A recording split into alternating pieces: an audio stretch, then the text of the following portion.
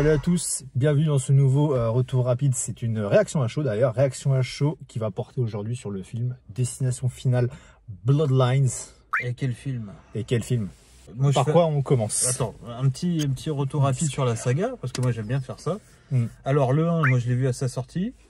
Je m'en souviens plus. Voilà, pour donc dire à comme quel ça, point c'est m'a marqué. calé. Voilà. Non mais c'est un mec, tu sais pas pourquoi, il dit dans un avion, ah je sais qu'on va mourir, et il descend. Il a une vision. Voilà, et en fait il était censé mourir dans l'avion avec ses potes, et du coup pendant tout le film il y a la mort qui les poursuit. Voilà. Il y a un mec sous la douche, machin, il y a son robinet qui lui rentre dans le cul, je sais pas quoi, il trébuche, il s'étrangle avec le truc de... Tous les trucs. Ah, c'est vrai que cette scène... Ça, je m'en souviens, ça m'a marqué parce que le rouge des yeux, ça m'a marqué. Toujours plus loin, toujours plus fort. Donc il y avait ça, il y avait une meuf, sa tasse, elle se casse, et son whisky la prof, sur une prise électrique, ça explose, je sais pas quoi. Ça fait un court-circuit, c'est genre glisse et bam bam. C'est ce genre de truc. C'est farfelu. J'ai vu ça, je me suis dit, ah, c'est rigolo pour un film. Ouais. Pas plus. Parce que le concept est marrant. C'est juste un concept qui peut être éventuellement dramatique, humoristique. Et puis voilà, et puis c'est tout. Une heure et demie, c'est très bien. Donc, après, il y a eu le 2, après, il y a eu le 3, le 19, le 64. Ça m'intéresse pas. Mais ils vont, donc moi, je suis arrêté au premier que j'ai trouvé sympatoche à l'époque. C'est ça. Je te laisse faire la suite. Qui se regardait parce que, sur le côté humoristique, dramatique et gore, c'est ça. Bon, il vient littéralement de citer ce qu'est Destination Finale. Moi j'ai un affect parce que j'avais commencé directement par le 2. Oui, il commence à dormir parce que ça va. C'est très reculé. C'est exactement pareil que dans la salle de ciné. J'ai lutté. Tu régales. J'ai mené une lutte sans merci contre le sommeil. Ouais, vraiment, hein, putain. Mais même moi qui aime ce genre de film, c'est-à-dire que c'est toujours le même archétype, le même développement, il n'y a rien qui est chamboulé, c'était toujours la même recette. Donc, je pense, moi j'en ai vu qu'un, donc je pense que effectivement c'est une recette qui se répète. Voilà. Là t'as vu le 1, mais avec des morts différentes, des éléments en plus. Oui, il n'y a que ça qui peut changer de toute façon. Le concept c'est le même, tu changes la façon dont les gens ils meurent. Voilà. Donc moi j'avais un affect avec le 2 à l'époque, et ce que je vous expliquais, parce qu'on parle toujours un petit peu en amont de la vidéo, et je disais qu'avec le 2 j'étais quand même relativement jeune, et que ça m'avait perturbé psychologiquement. À 11 ans, preuve. Non mais voyez la gueule, je ne regardez pas des films d'horreur si jeune. Je suis lucide. Je suis lucide. C'est pas peur du second tour. On va y arriver. Le 2 il était non, moi j'ai trouvé pas mal, mais encore aujourd'hui je pense que pour des gens qui aiment tout ce qui est tu sais, film d'horreur à la pas les slashers, mais on parlait de Souviens-toi l'été dernier, choses comme ça, parce qu'en fait c'est toujours les choses qui ont les mêmes mais qui ont toujours les mêmes recettes, qui se passent de la même manière. Ça avait ses lettres de noblesse parce qu'à l'époque il y avait le côté dramatique, humoristique qui marchait. Je trouve qu'il y avait un côté un peu plus dark aussi, mais ça marchait entre guillemets parce que c'était le numéro 2 et que c'est le syndrome du 2, et que après en fait ça s'essouffle, la recette est morte. Mais faire plus sur un truc qui est déjà super abusé. Grave. C'est pour ça que je te dis que... J'avais 11 ans. Ouais, mais surtout c'est le premier que tu as vu, peut-être, je pense. C'est le premier que j'ai vu. Donc c'est pour ça que ça marche, parce que c'est ce que je te disais, pour moi, ça peut tenir que sur un film. Tu vois, parce que c'est déjà hyper abusé. Faut déjà quand même avaler le concept et te dire on va voir des trucs hyper abusés. Puis même, t'as ce côté tu vois le film, c'est ok. La mort qui te poursuit parmi des signes, des machins. Puis il y a l'histoire des photos, et il y a plein d'éléments qui sont, tout est très tiré par les cheveux quand même. Faut quand même le digérer, ce truc-là. C'est pas facile. Donc c'est sympa. De toute façon, c'est considéré comme le Destination Finale 2. J'ai acheté le DVD à l'époque, donc c'est fantastique. Horrifique, fantastique horreur. Donc il y a le côté fantastique, c'est assumé, tu vois. Et le 3, je disais sur le Destination Finale 3, c'est ce que j'avais dit. Autobiographique, on est d'accord. Ouais, non, c'est clair. On n'est pas sur un film d'auteur, les gars, donc laissez tomber. Non, mais bon, voilà, si vous aimez ce genre de film-là, pourquoi pas. Bon, voilà. Donc, après 4 minutes 50, on va peut-être commencer un film. Ouais, donc le film, c'est un film d'horreur, du coup, fantastique, qui se déroule... celui-là, c'est Bloodlines, donc du coup, c'est une lignée de sang, on va dire. Et donc, ça démarre avec... putain, c'est en quelle année, du coup? 1950. On va pas refaire le film, les gars l'ont vu s'ils regardent ça. Vous avez le plot, vous avez le scénario. Donc, qu'est-ce que t'as pensé du film? C'est ça qui est intéressant. Attends, je mets quand même en... Mais non, les gars, ils l'ont vu, ou alors ils s'en foutent. Donc, voilà, donc... Bon, moi, ce que j'ai pensé du film, c'est que c'est toujours, de toute façon, la même recette. le truc qui va changer, c'est l'effet qu'on est dans une année 1950 et que ça se, comment dire, ça se lance sur une lignée. Hein 10 minutes. Ouais, voilà, 10 minutes, c'est ça. Mais en gros, c'est plus dans l'instant présent et à la même époque. Il y a une histoire d'époque et ça va traquer une famille. Une famille, sur on va revenir dessus. Une ou deux générations. Ouais, la famille. Attends, non, faut qu'on en parle. On peut en parler, donc parlons de la famille. Alors. 2025, ok. Voilà. L'inclusivité, ok. Je veux bien. Il y a des limites, les gars. Alors, on commence par alors, attends, la fille. Bloodlines. Donc, Bloodlines, il y a des descendances, tout ça. On commence en 1950 avec un couple de blancs, une blonde et un brun. Ok. Caucasien. Voilà, caucasien. Voilà. Hop, on va en arrière, on passe. Voilà. Donc, deux générations. C'est ça, 2 générations.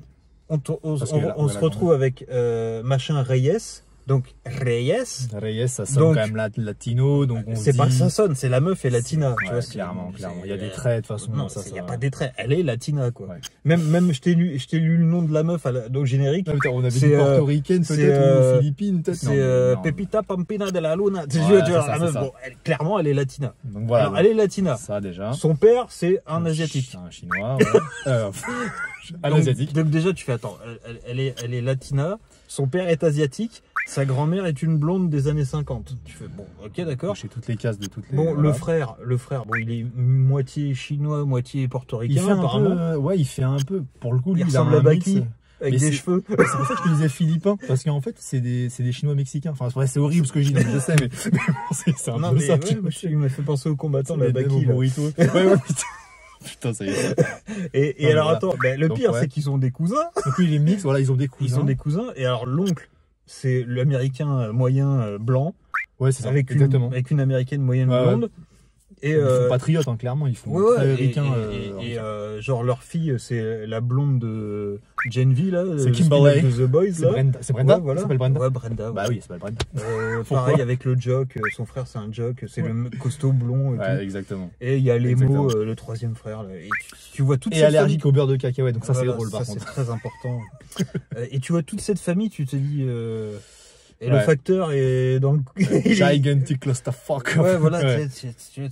Niveau ethnie, en fait, vous l'aurez compris, c'est nourri, c'est fourni. C'est un peu n'importe quoi. Les limites... il y a même un délire de famille recomposée, puisqu'on apprend que la mère, elle a, a priori... baisé à droite à gauche. Voilà, tu vois. Non, mais celle qui a baisé à droite à gauche, c'est parce qu'il y en a un qui est brun. Dans tous les blancs, il y en a un qui est brun et les autres sont blonds. Le mec métalleux, là, un peu... D'accord, il y a le facteur qui est passé par là. Mais je suis désolé. Et je suis désolé, les deux blancs qui ont un enfant asiatique l'asiatique qui s'est marié avec une blanche et qui a des enfants mexicains. Tu dis mais quoi? Il y a un problème les gars. Et je suis désolé, moi à chaque fois que je voyais le père, je rigolais. Je suis désolé. Pas parce qu'il est asiatique, parce qu'un père asiatique descendant de blanc marié avec une blanche qui a des enfants mexicains, ça n'a aucun putain de sens. Mais moi je vais même rajouter un truc, c'est qu'il a l'air il est pas, je trouve pas tu vois, il est désintéressé en fait. Il sert à rien. Il sert à rien en fait. À un moment il dit je sors, il sort. Bon, voilà. Fin de tournage pour Chong. C'est bon, enfin bon, bref, pour Paul, on va dire. Allez, pour Paul, disons Paul. Voilà. Oh putain. Donc, voilà, c'est un peu bizarre. Donc c'est assez fourni en termes de... Attends, c'est pourquoi qu'on a rigolé tous les deux en même temps. Ah oui. Non, parce qu'à un moment, ils parlent de leur famille et il y a l'asiatique, il y a la mexicaine, je sais plus quoi, on lui dit, mais regarde-toi. Et tous les deux, on a fait, bah oui. Parce qu'en gros, il disait, ouais, mais je me sens pas à ma place dans cette famille, je sais pas quoi. Et on dit ça exactement pour la même raison, au même moment, mais... Donc on rigole exactement au même moment pour la même raison, mais c'est insane en fait. Parce que vraiment, ça ne l'a pas fait qu'une fois ce truc-là. Il y a une autre fois aussi où il y a une espèce de comic relief et on pète une barre en même temps. Je sais plus ce donc que c'est. Film comique les gars, mais non, mais non, c'est comique malgré le film, tu vois. C'est pas fait pour être drôle, c'est juste c'est ridicule. Tu sais que je sais pas, hein, parce que franchement le délire de Destination Finale à la base, c'est de mettre ce côté exacerbé et avec du dramatique. Donc il joue toujours dramaturge. Film humoristique, tu vois. Mais là, c'était pas, je pense que c'était pas voulu ça. Vas-y, on va passer à autre chose parce que ça fait 5 minutes qu'on parle de la famille. Ouais, voilà, donc c'est bon. Donc voilà, famille, full ethnique, dans tous les sens. Donc c'est un peu désorganisé, un peu. On a peut-être loupé des infos, mais c'est bizarre visuellement. Il y a un truc bizarre. Ouais, ils ont voulu cocher des cases. Bon, et ceci dit, je disais quoi? Donc, alors oui, pour mon avis global, moi sur le film, bon bah, j'ai bien aimé parce que j'aime bien Destination Finale, donc je suis un Yankee, on va dire. donc ça passe. Ça. Je suis un client, excusez-moi. Je suis client. Je suis client. J'apprécie ce genre de film. film, voilà. Donc facile du coup. Ouais. Enfin j'y vais. Je t'ai même vendu le film en disant on va aller voir un truc qui va pas être incroyable en termes de réel, ça c'est clair. Débranche ton cerveau et voilà. C'est tout. Ouais. Je t'ai pas dit débranche ton cerveau parce qu'en plus je sais que t'aimes pas ça. Moi je supporte pas. Mais bon, il y avait rien. Je savais qu'il y avait rien pour Kevin sur la réal ou quoi. Je savais qu'il y avait rien. C'est pas un truc. C'est le même mode opératoire. Ça casse pas trop. Au niveau de la réal, on va en parler genre 30 secondes parce qu'il y a rien. Bah non. À part des plans débulés. À part des plans déambulés. Que j'appelle plans déambulés. Déambulés, ouais, mais c'est pas ça. Et ouais, donc à chaque fois qu'il y a un truc bizarre, bah t'as le plan qui débule comme ça. Yes. Et ça m'a spoilé un peu la fin parce que pendant tout le film, on te dit, dès qu'il y a un plan qui débule, tu sais qu'il y a une menace qui arrive. Ouais, exactement. Et à la fin, happy end, tout va bien. On te montre, tu sais, le fameux plan où tu as un plan sur la banlieue américaine où tout va bien, l'herbe est bien verte et tout ça, machin, tout le monde rigole. Après, et bim, le plan se débule et j'ai dit à Bastien, j'ai fait tiens, ça se débule, il y a un truc bizarre. Et moi je savais qu'il allait se passer ça parce que je connais juste des scènes finales, donc je sais ce qui va se passer. Moi je savais et lui, pas, mais toi tu l'as chopé grâce à la réal. Oui, voilà. Donc, donc voilà, et donc du coup je me suis dit, il y a un truc qui va se passer, et effectivement ils meurent tous. Ouais, c'est ça, non mais il y a rien à, de toute façon il y a rien à réellement tirer de ce film. Moi c'est un plaisir coupable et je le savais, je suis allé le voir et voilà. Même au niveau éclairage, il n'y a pas grand chose, enfin c'est éclairé. C'est même pas bon, en vrai c'est même pas bon parce que le nombre de scènes qui sont dans la pénombre. Ouais, tiens, en parlant de Monsieur Paul, tiens. Monsieur Paul. Putain, peut-être qu'ils assumaient pas. Ils se sont dit attends, mais ça va se voir quand même qu'il qu'il est chinois. Ça va se voir qu'il est oui, chinois et qu'il a des enfants mexicains et que sa grand-mère c'est une blanche. Ah la vache. Peut-être qu'ils se sont dit ça et que c'est peut-être pour ça que dans les 5 premières minutes du film, il est constamment dans l'ombre. Putain, je te jure. Et il est hyper mal éclairé ce mec pendant les 5 premières minutes du film. Non mais t'as vraiment l'impression qu'il est éclipsé quoi. Ouais, et donc du coup ils se sont dit putain ça va se voir que c'est un chinois. On va le mettre dans l'ombre un peu. Baisse la lumière là. Ouais, Roger. Roger, c'est forcément un Roger. Un G lumière, c'est coupe la lumière parce que là on va voir qu'il y a un problème de raccord niveau ADN. Ouais, putain, c'est ça qu'on avait dit. Ouais, exactement. Genre, il faut, peut-être t'as la famille qui fait, il faut vérifier ça. Et moi j'ai dit, il faut faire un test ADN. C'est un problème. Il faut vérifier les gars. La vache. En plus le film s'appelle Bloodline, c'est d'autant plus drôle. La lignée quoi. Mais tu sais que c'est pour ça que, enfin, c'est une Ridley Scott. On dirait que c'est sa beauté en fait. Enfin, tu vois, c'est. Non mais. C'est trop. En fait, c'est trop. Ouais, c'est trop. Tu vois, c'est beaucoup quand même. Ça commence à faire beaucoup. Hein. Je sais pas si c'est assumé. De l'Hysterbie là. Putain. Non mais ouais, c'est. Ça fait beaucoup quand même. Voilà, c'est celle-là, Ça fait beaucoup là, non? Non mais ouais, bon, il y a pas grand chose à en tirer. Ouais, il y a le retour de. Alors il y a des clins d'œil au premier en tout cas, parce qu'à un moment il y a un carnet, il y a une meuf qui a noté plein de trucs par rapport aux accidents depuis 30 ans. Mais tous je pense parce que en gros c'est, si vous voulez, la grand-mère qui a des dessins ou des croquis, il y a dessine toutes les menaces et effectivement on voit un avion, on voit le roller coaster, pas le roller coaster mais il y a un barbecue. Le camion, c'est toi qui me l'as dit. Ouais, le camion avec les rondins de bois du 2. Mais ils ont fait beaucoup de, en fait les gens ont kiffé Destination Finale 2 à cause il y a beaucoup de retours sur le sur camion le 2 avec les parce rondins. Que il y a populairement c'est ce qui a marqué. Même moi qui ai pas vu le 2, je connais cette scène. Ouais, donc oui c'est ça. Clairement ça a marqué tout le monde. Ils ont fait beaucoup de trucs comme ça sur le 2, beaucoup de rappels, enfin beaucoup de. Ouais, tu le vois deux ou trois fois le camion à rondin dans le film. Ouais, c'est ça. Puis même, je veux dire, même la scène de fin, bon on s'en fout, on spoil franchement. La scène de fin, c'est ça. Ils sont tués par des rondins de bois. Donc c'est tenez, prenez ça, c'est gratos, vas-y. Non mais voilà, c'est Destination Finale quoi. Après moi il y a 2-3 morts qui sont cool. Ouais, j'ai trouvé qu'elles étaient. Ouais, franchement, le gamin, j'ai été content quand il. Ah ouais, bah oui. Mais un gamin qui est insupportable dès le début. Pour réprimander. C'est-à-dire que le karma, il prend pas trop de temps dans ce film-là, notamment dans les visions. Tu vois, parce que le gamin, il est présenté, il est insupportable, il est spécifique. Déjà, c'est un enfant. Donc pour moi, il mérite de mourir. Voilà. Après, il fait chier tout le monde, donc encore plus. Non, mais là, il focus sur le gamin, il fait des dingueries, il fait chier tout le monde. Il parle mal. Il tue tout le monde, du coup. Ouais, c'est finalement. Ça tue tout le monde avec cette putain de pièce de merde. Il se fait éclater au début. Et donc, la mort, alors, il y a un truc qui est quand même. Ah oui, peut-être le côté pile ou face. Ouais, ça a toujours été, ça sur. Ah, c'est vrai? C'est un thème de Destination Finale. La pièce, toujours. D'accord, donc la mort est personnifiée par la pièce. Exactement, soit tu vis, soit tu. D'accord, ça explique le côté, tu la vois souvent. Ça, et je t'ai même dit à la fin, putain, c'est l'anneau de Sauron, parce que il y a vraiment le plan du Seigneur des Anneaux, où tu vois la pièce qui rebondit et qui se fraye un chemin et tout ça, machin. Comme c'est limite personnifié, on personnifie la mort avec la pièce, qui est une métaphore de la décision que tu vas crever ou non. Voilà. D'accord, donc oui, c'est clairement voulu. Ouais. Okay. Moi, je connaissais pas la saga, donc... c'est là, je suis content, je capte des trucs. Il est chaud, il est chaud. Calme-toi. Extraordinaire. Donc, qu'est-ce qu'on peut dire? Il y a le retour de Tony Todd. Tony Todd, du coup. Son dernier rôle, du coup. Ouais. Mais il faudrait que je revérifie. Attends, donc c'est lui. Ouais, au début, je croyais que c'était de la CGI. Mais en fait, non, je l'ai bien regardé. Parce que le CGI, elle est chaude, quoi. Ouais, non, j'ai bien regardé. Non, c'est pas. C'est pas de la CGI. Donc, je pense que c'est son dernier rôle. Incroyable. Mais il me semblait qu'il était mort il y a 2-3 ans quand même. Ouais. Donc faut que je vérifie. Et s'il est bien mort il y a 2-3 ans, ça veut dire que le film est prêt depuis 3 ans. Ouais. Et qu'à mon avis, ils se sont dit, bon, on sait que c'est de la merde. Ce qui est pas impossible, ça fait 10 ans depuis le dernier. 10 ans, putain. Ouais. Ça commence à taper. Hein. Et là, on retrouve.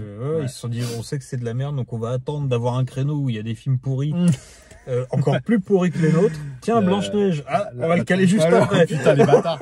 C'est le moment, les gars. Allez-y, sortez le. Il y a Blanche-Neige, il y a un Marvel. Vas-y, on va le caler. Putain, le salaud, c'est ça. Et manque de bol, c'est le seul Marvel depuis 10 ans qui est à peu près bien. Ouais, je te jure.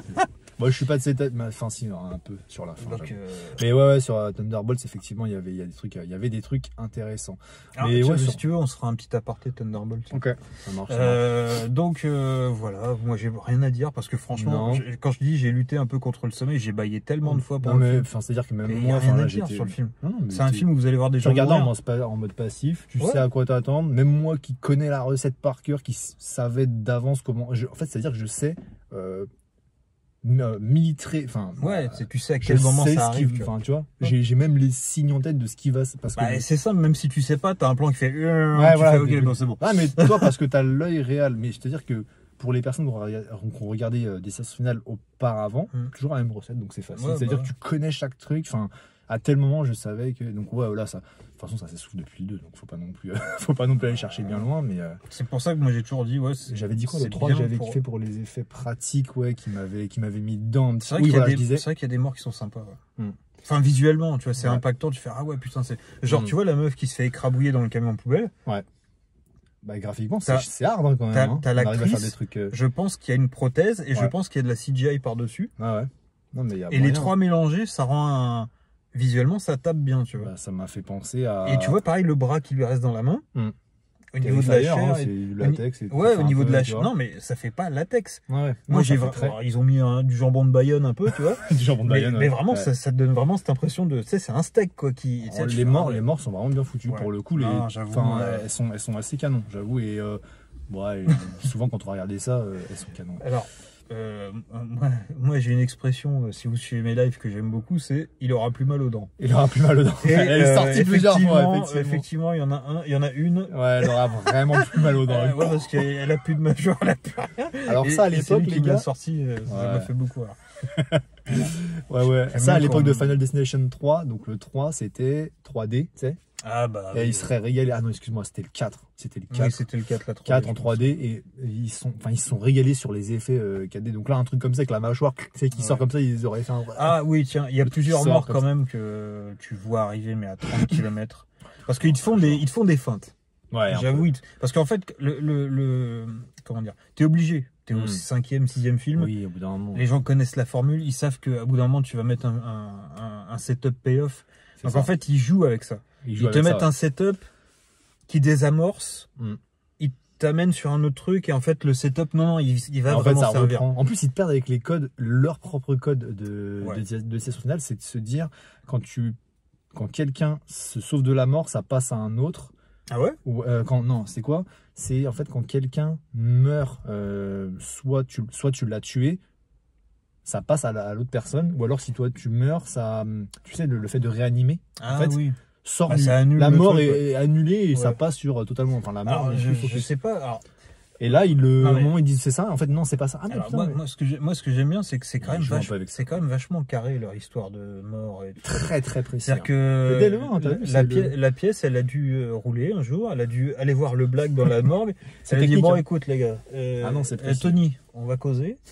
toi, c'est bien foutu. pourquoi toi, on sait pas. Ah si, parce que c'était le petit Renoir du flashback là. Ouais, c'est ça. Mais bon, bref. Voilà. Elle aurait pu voir la grand-mère, c'était plus simple, c'est elle qui a lancé le bordel. Bah oui. Donc elle est allée voir le petit noir, elle lui a dit bon écoute Todd, je vais t'expliquer comment je marche. Ouais, c'est ça. Comment je roule en l'occurrence. Comment je roule, exactement. C'est ça.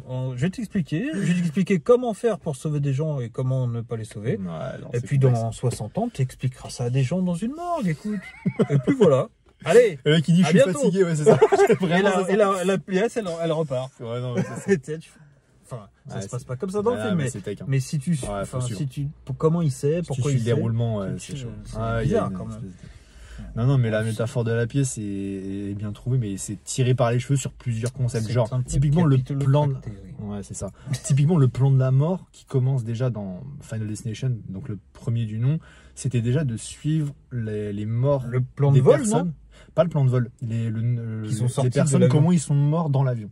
Et en fait, Ah. les personnes dans la vraie vie Ils vont étaient mourir censés sur ce mourir. plan-là. Ils étaient censés mourir dans tel ordre. C'est ça. Donc du coup, ceux C'est qui sont respecté. sortis, La mort va les chercher dans Oui, son ça, je m'en Le souviens, 2 ça. pareil, tac, tac, tac. Et ce que je disais, c'est juste avant, c'est qu'ils jouent avec ces codes-là. Ils te les retournent dans ta gueule. Parce qu'au bout d'un moment, faut sortir un peu du. Oui, et le parce métalleux d'ailleurs, qui était dans le 3 à la base, l'archétype du métalleux est arrivé dans Final Destination 3. Là, on le retrouve ici.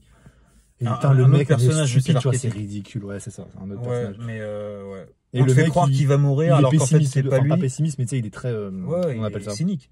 Ouais, voilà. Alors, on exactement. te fait Terre croire à qu'il terre. va mourir parce qu'il fait partie de la fratrie, mais en fait non, parce que c'est pas vraiment. C'est un Exactement. demi-frère caché. C'est ça. Mais Donc, on se dit, il va s'en sortir. mais le Tony Todd dans la morgue, il dit ouais, mais if you fuck with the death, Ouais, c'est ça. eh ben, she fuck you back. She fucks you back. Et donc du Donc, coup, ouais, comme c'est pas il mal, essaie de changer le plan de la mort, bah, il se fait buter. Exactement, c'est ça. Et En donc fait, oui, voilà, c'est ce que je disais. Pardon, excuse-moi. C'est ce que Non, je disais tout à l'heure, c'est qu'il y a des trucs que tu vois venir à 12 km. Le coup du distributeur là avec le zzzz, tu te dis Ouais, ok de d'accord. fou. Tu Ah, te dis, c'est ok, des fusils de ça- Chekhov, voilà. mais ils sont comme as, quoi. Ouais, c'est des lance-roquettes de Chekhov. C'est ça, vraiment, c'est des... Il est pas mal, celle-là. Et tu vois le truc, il bloque dans la machine, du coup ils vont dans une autre pièce. Ouais. Il y a un IRM, tu te dis ok, Ouais, l'IRM il va se lancer, il va être à C'est balle, ça, ça va attirer le truc en un métal truc. à travers la porte et ça va lui tomber dans le C'est ça. front. Et ça, t'as eu raison, coup sur coup, c'est arrivé, et le truc, il tournait d'ailleurs, on n'a pas compris trop pourquoi. mais bon. Je lui ai dit, j'ai Avec dit, la tu vois, force. avec l'IRM ça va faire ci, ça. Ouais, ça. mais au bout Et d'un moment, bim, t'es 5 minutes rodé. après. Ah, perspicace, hein. Mais sur moi, il y a un truc que j'aime bien avec le métalleux, qui était dans le 3, et qui revient ici, c'est qu'à chaque fois, c'est le mec, bah, c'est hyper terre à terre, qui croit en rien, qui remet ça en doute, et il prend toujours ultra tarif. Mais en fait, c'est très drôle. Ouais. C'est vrai que sa moi, j'aime- mort elle était rigolote. Non, mais c'est marrant, tu Mais vois. moi je comprends Et en pas. plus, il dérouille ça, tu vois. Moi je comprends pas. Ah ouais, t'es sûr, tu crois pas en la mort? Ouais, mais je comprends pas le fait de faire une scène où tu crois qu'il meurt, Ouais. ça cut et il est là. Et tu fais, mais pourquoi nous avoir montré ça en Ouais. fait? Oui, Ça sert à rien. il s'en est sorti finalement. Ouais, On mais croit qu'il était alors il s'en sort hors champ. Puis il devait être pas bien en fait finalement. Et Ouais, puis non, mais il avait est un il est menton en censé cuir, avoir ouais. cramé, mais arrête. Ouais. Il est censé Ah, avoir le cuir, cramé, ouais. il y a du feu partout, il est par terre, il s'est fait arracher le Et c'est pif, là. ridicule en plus, mais comment c'est cringe as fuck à ce moment-là. Bon, Ouais, non, chaud. franchement, t'as l'impression qu'en fait ils étaient là, ils ont fait leur film et ils se sont dit putain là on a 20 minutes où il se passe rien. Ouais. Et là. Est-ce qu'on mettrait pas un truc, en transition, on commence avec lui. Ouais, une mine de Chekhov. Mais Est-ce il qu'on en fallait- mettrait pas une, tu vois? Il fallait commencer avec un mec qui est totalement terre à terre, qui est dubitatif au possible pour dire lui il va casser les couilles et après il prend tarif et puis voilà, ça fonctionne comme ça. Et celui du 3 il est pas mal aussi parce qu'il est lui vraiment il dit non mais attends mais moi la mort je l'ai enculé et tout machin puis après il se fait bien enculer aussi donc en vrai c'est toujours C'est une belle image. ouais c'est pas mal, on est pas mal sur l'image de la sodomie, on est pas mal. La Mais aïe, aïe, aïe, ça pique, hein. donc ouais c'est en plus c'est vrai que c'est toujours très stéréotypé pardon. Ah oui. À tout niveau. C'est la Brenda, le mec, bon, on l'a dit au début. Déjà Oui, Brenda, juste le choix Brenda, du tu nom. vois. La blonde anorexique là, Ouais, qui c'est ça. court, qui fait son Le jogging gros dans- américain, le père, fallait l'appeler John, tu vois, enfin, ou Robert. Ouais, comme tu voilà. dis, tu vois, donc voilà. Ou Paul. Ou Paul. Ou Paul. Ah putain, non, Paul, franchement. c'était l'autre. Ouais, non, vraiment sur la mixité, là, ils ont fait du Ouais, multiculturalisme, bon, voilà, mixité, c'était tout beau, ça. c'était Ils ont rigolo. fait ce qu'ils. Bon, Voilà, moi je conseille pas. Ouais, Franchement, normal, je conseille normal. pas. Non, mais. Si vous êtes fan de la saga, Bah du coup c'est la même chose. Bah, après il y a pas de fans de la saga, je veux dire, même s'ils apprécient un petit peu, franchement. Ouais mais du coup est-ce qu'il n'y a pas de renouvellement, il y a pas de. Non. Il n'y a rien. Il y a rien, c'est du décès au final, c'est la même recette. Voilà, allez voir des. Il n'y a rien de plus quoi. C'est la même recette. Ouais, exactement. Il n'y a rien à découvrir. Ouais, avec une famille bizarre. L'image, est-ce que l'image. Non, il n'y a rien, même. Image réelle, il n'y a rien. C'est du. Ouais, c'est ce que disait Vincent Cassel. C'est du cinéma popcorn. Donc ouais, c'est ça, c'est vendre du popcorn. Non mais clairement, parce que là, c'est ça. C'est à moi que tu parles. C'est à moi que tu parles. La boule, c'est du 16e. Non mais voilà, c'est ça, c'est du cinéma popcorn. Très mauvaise imitation. Non, elle est bien, elle est solide. Non mais vraiment, c'est ça, c'est du cinéma popcorn. Si tu vas voir ça, ça aurait pu sortir sur Netflix, ça aurait été. Bah ils auraient dû sortir cette merde sur Netflix et nous mettre Balles perdues 3 en salle, c'est tout. Les balles perdues. Balles perdues. Mais il paraît que c'est bien. C'est une bonne réputation. Bon, on reste sur des sorties. Il y a Mosinor qui a sorti un détournement d'ailleurs qui s'appelle Trop de balles perdues. Merde, ça ouais. Putain, il dure quelques secondes et c'est très drôle. Putain. Ça. C'est une bonne recommandation ceci dit pour la fin de la vidéo. On est déjà à 26, c'est pas mal. On va couper là. Donc voilà, conclusion, ouais, n'allez pas le voir quoi. Conclusion, je laisse la conclusion à Jeff Goldblum. C'est vraiment un gros tas de merde.